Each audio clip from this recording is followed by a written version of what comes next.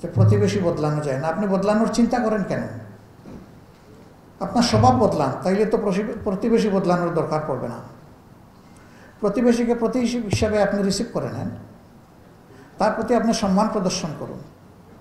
Obviously আপনি যখন কাউকে সম্মান করবেন, ভালোবাসবেন, আপনার পাওনা হয়ে যাবে তার কাছ থেকে সম্মান এবং ভালোবাসা।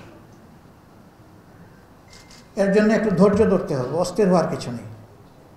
সব কাজেই বড় কোনো কাজের অর্জনের জন্য ধৈর্যের সাথে সাহসিকতার সাথে আগাতে হয়। এই দুইটাই লাগবে, ধৈর্যও লাগবে, সাহসিকতা লাগবে। তবে সবচেয়ে বড় সাহসিকতা হচ্ছে অধৈর্য না হওয়া, ধৈর্য ধারণ করা। আমরা যেন সেটা পারি। আপনারা জানেন, অনাকাঙ্ক্ষিতভাবে এ মাসের এই 1 তারিখ হঠাৎ করে আমাদেরকে নিষিদ্ধ ঘোষণা করা হলো। যে ছাত্র সংগঠনটি আমাদেরকে ভালোবাসে, আমরা যাদেরকে ভালোবাসি, তাদেরকেও নিষিদ্ধ করা হলো। কোন প্রেক্ষাপটে? যখন অধিকারের দাবিতে সারা জাতি ঐক্যবদ্ধ। আমি সূচনায় বলেছিলাম 1.5 মাসের শিশু থেকে 90 বছরের বৃদ্ধ বুঝলাম, শিশু 1.5 মাসে কীভাবে এসেছিল? মা তার 1.5 মাসের সন্তানকে কুলে নিয়ে রাস্তায় ছিলেন। আপনাদেরই একজন জিজ্ঞেস করেছেন, সাংবাদিকের বন্ধু, যে আপনি এই ঝুঁকি নিয়ে, এই কচি বাচ্চা নিয়ে এখানে রাস্তায় এসেছেন কেন?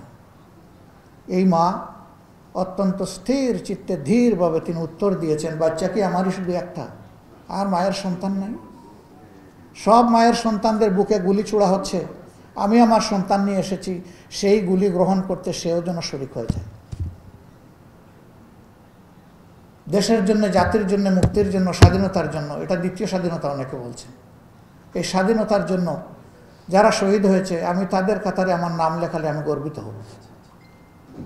এবারকার এই আন্দোলনটা কোনো দলের ছিল না, শুধু ছাত্রদেরও ছিল না।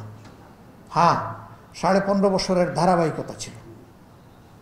রাজনীতিবিদরা ফিনিশিং দেননি, আমাদের তরুণ ছাত্র সমাজের হাতে ফিনিশিংটা হয়েছে। কিন্তু এই আন্দোলন একা তারা করেনি। ওই 1.5 মাসের শিশু কি ছাত্র নাকি? যে মা এসেছেন তিনি কি ছাত্র? আমরা যারা, আপনারা যারা নেমেছিলেন তারা কি ছাত্র? সারা জাতি তাদের সাথে ছিল। তবে এইখানে ছাত্রদেরকে, তরুণদেরকে ডিসকারেজ করার অথবা প্রতিপক্ষ মনে করার কোনো কারণ নাই। সেই বাবাই সঠিক বাবা, যেই বাবা তার সন্তানের উন্নতি তার চেয়ে বেশি চায়। যে আমি সমাজের যে জায়গায় এসেছি, আমার সন্তানটা আরও উঁচু জায়গায় চলে যায়। এরা আমাদের সন্তান। সন্তানদেরকে গাইড করা, ভালোবাসা এবং অ্যাসিস্ট করা আমাদের দায়িত্ব। অনুরূপভাবে তারা যদি কোনো দেখি আমরা যে তারা পথ হারিয়ে ফেলছে, আমার সন্তানটাকে শক্ত হাতে ধরে পথে তুলে দেওয়া, এটাও আমার দায়িত্ব। অতএব এখানে চেক অ্যান্ড ব্যালেন্স রেখে আমরা যদি সমাজটাকে গড়ে তুলি, নবীন প্রবীণের সমন্বয়, আলহামদুলিল্লাহ দেশ পথ